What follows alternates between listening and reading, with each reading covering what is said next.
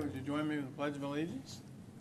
I pledge allegiance to the flag of the United States of America and to the republic for which it stands, one nation, under God, indivisible, with liberty and justice for all.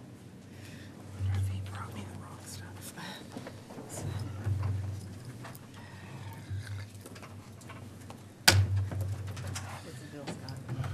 Welcome to the August 22nd meeting of the Board of Trustees of the School Town of Speedway. As usual, we will follow a printed agenda, which is posted in the back. And tonight we will have 11 items.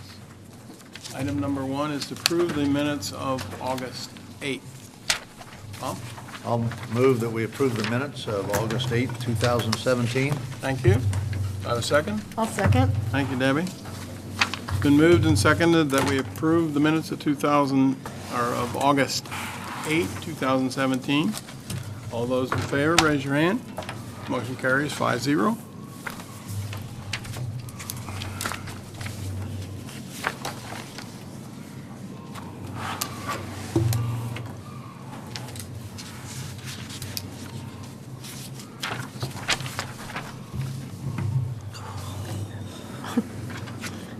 You guys are lacking any enthusiasm, we can Cheer. Yeah, bring you're some on. of the, I think they're having a fall cheer camp this year. Yeah, they It's are. the first time that, I think the winter one is so popular and so big It's that, huge. which should bring a nice crowd to Friday night. Had a nice Which crowd was a last nice Friday. crowd Friday night on the home stand. Thanks.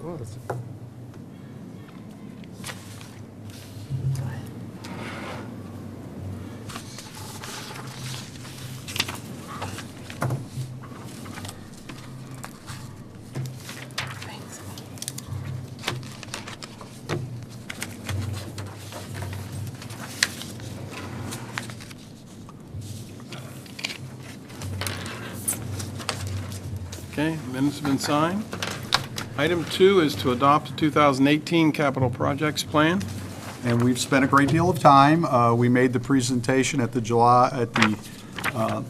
July meeting. At the first August meeting, we accepted public comment, and now it's appropriate for the board to consider and take action. And the recommendation is to adopt the 2018, it says actually 18 through 20, because there's a 3-year part of the plan, to adopt the plan as advertised. Laura? I move that we adopt the 2018 through 20 capital projects plan as advertised. Thank you. Luke? I second. All right, it's been moved and seconded that we adopt the 2018 capital project plan as advertised. Any discussion? All those in favor, raise your hand. Motion carries 5-0. And if you would sign under I on the left, and Mr. Secretary, if you'll attest that these are the 5 people who they say they are. Tomorrow night you do the, Tomorrow night, actually, we'll present the same budget presentation in 15 minutes or less to the town council. It's going to be a busy night tomorrow night. It was very kind of the town council to move. We originally had it scheduled for tonight.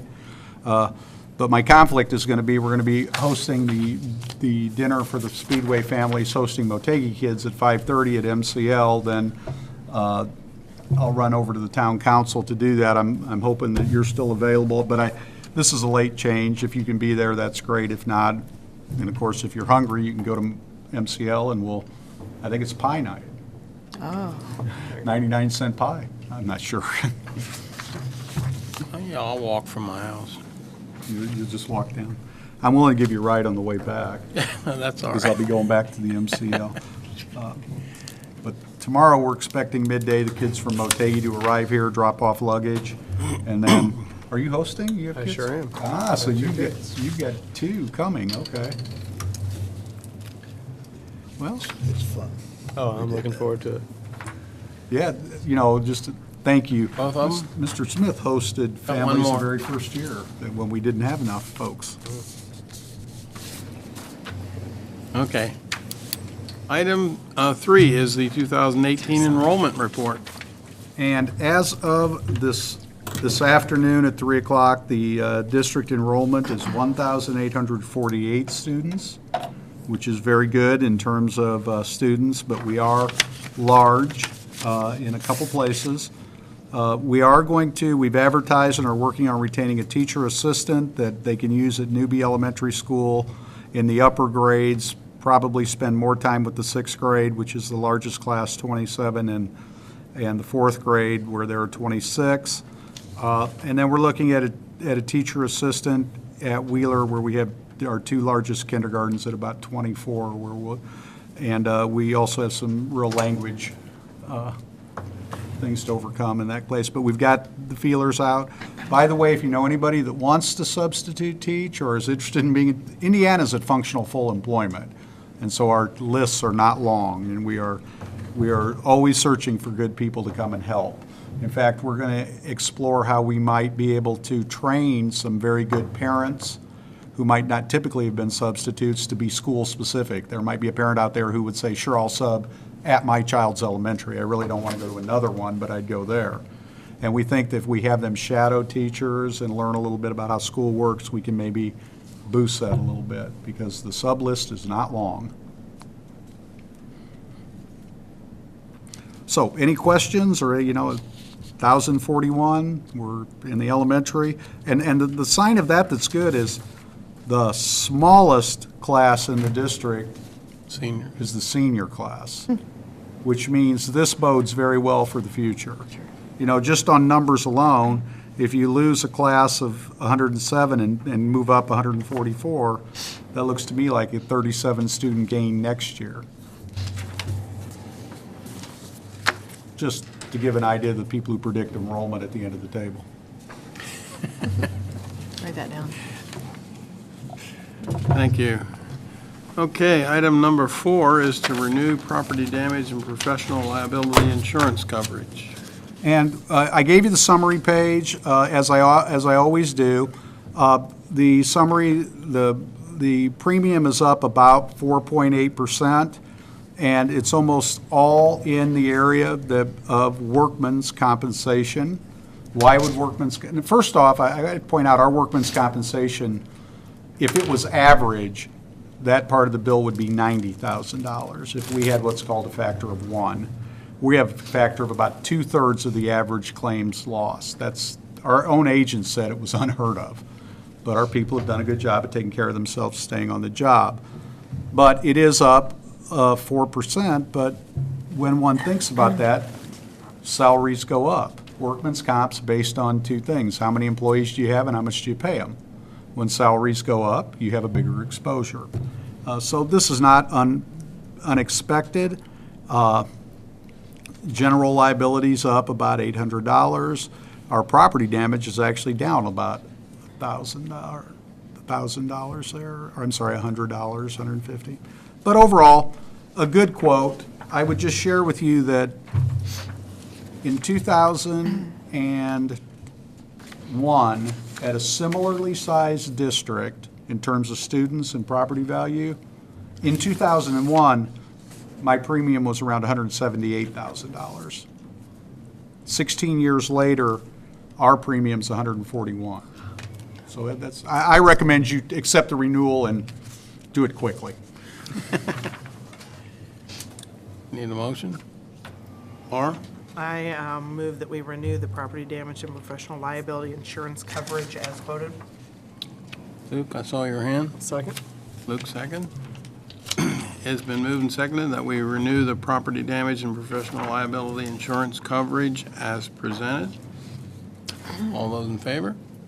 Motion carries 5-0.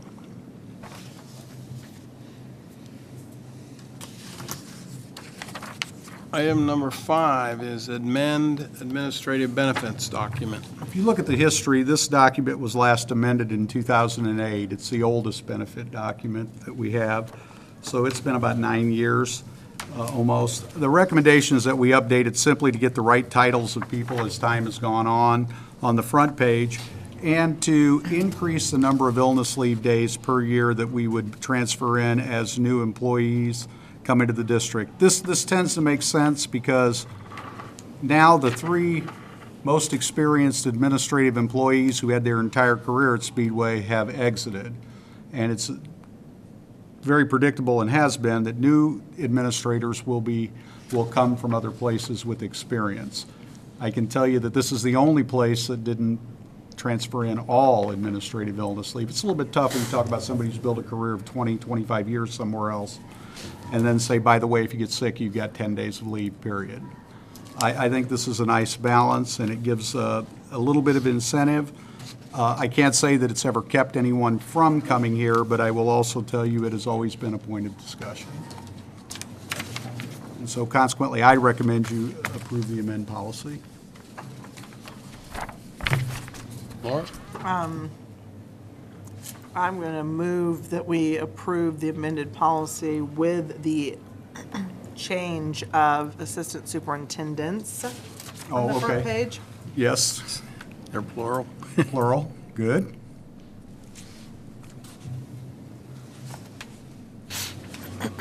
Tom?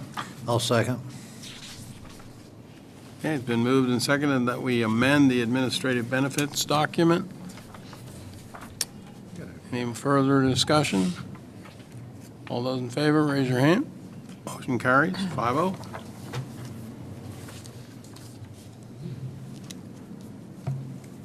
Item 6 is present draft policies regarding criminal history checks. And originally, I had policies because I was working with two different policies, but working with the policy liaison, who was an English major and his legal counsel, I'm very pleased to say that I kind of came to the same idea she had, knowing we were going to work together, that this could be done as one policy, but it just took some parallel structure, and I'd love to take credit for the way this works together. I can say I contributed some ideas, and I think this represents really good. It talks about why we've done what we do. We talk about our prospective employees, our current employees, our contracted employees, which is kind of an unusual thing, but here's what I want to call you do this every year.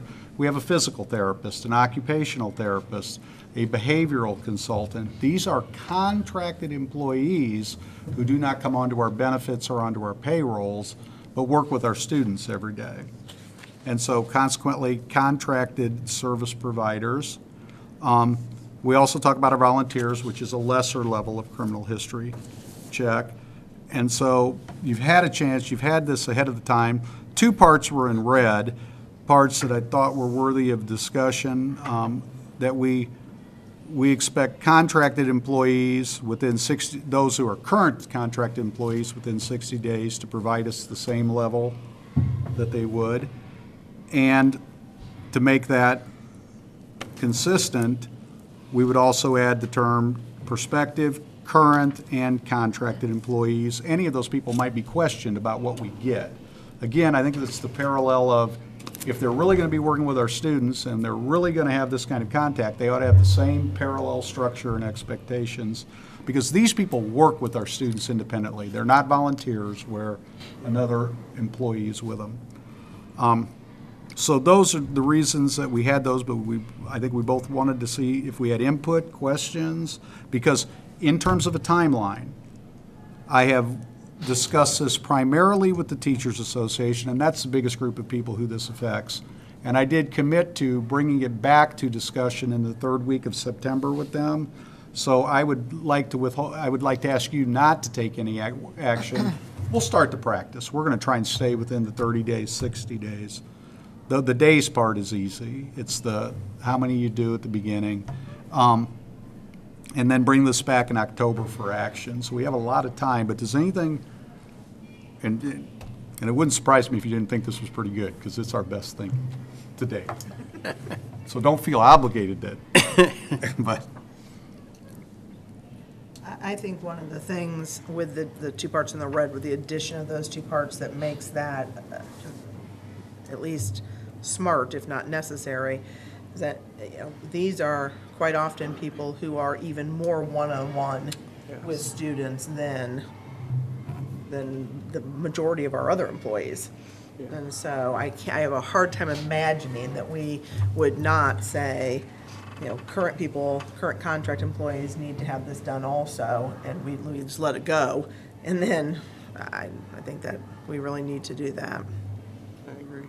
But that definitely, the reason that's in red is because that wasn't in the original, provided to us No. starter language. That would be, but I think we would be well within our,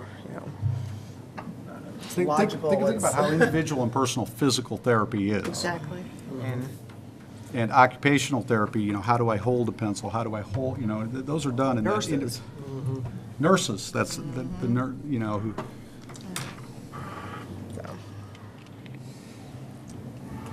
Well, what I would ask is that take a second to read this at another time.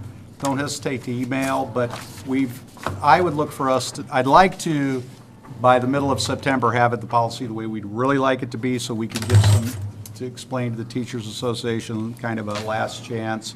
What does this mean? How does this affect people? So that in October, we could have a formal adoption. Agree. Okay. Item 7 is to approve requests for temporary disability leave of absence. And I would recommend that you approve the request for Ms. Whitley Duman to be out from approximately October 6th until November 27th, provided everything goes exactly the way she wants. Always does. Tom? I'll move that we approve the request for temporary disability leave of absence. I'll second. Thank you, Debbie. It's been moved and seconded that we approve Whitley Duman's request for temporary disability leave of absence. All those in favor? Motion carries 5-0. Item 8 is resignation. And you have a resignation of Mr. Craig Fugate from his business position. I would recommend you accept this resignation effective Friday, August 18th.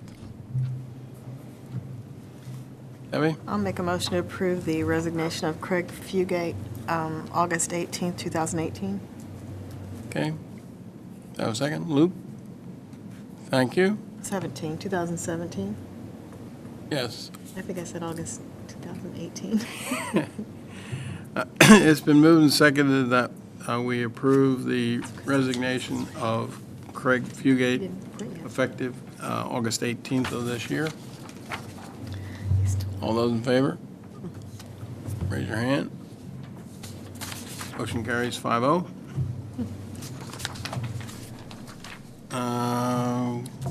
Item 10, recognition of visitors. We don't have. Yeah, we have no employment recommendation because we have a long-term substitute in that role. We kept that on in case an emergency permit was granted today. But since it wasn't granted today, as soon as it's granted, we'll administratively put the teacher onto a teacher contract and bring that for your approval retroactively. But we just can't recommend someone without a teaching permit yet. And the state is probably inundated with those requests right now.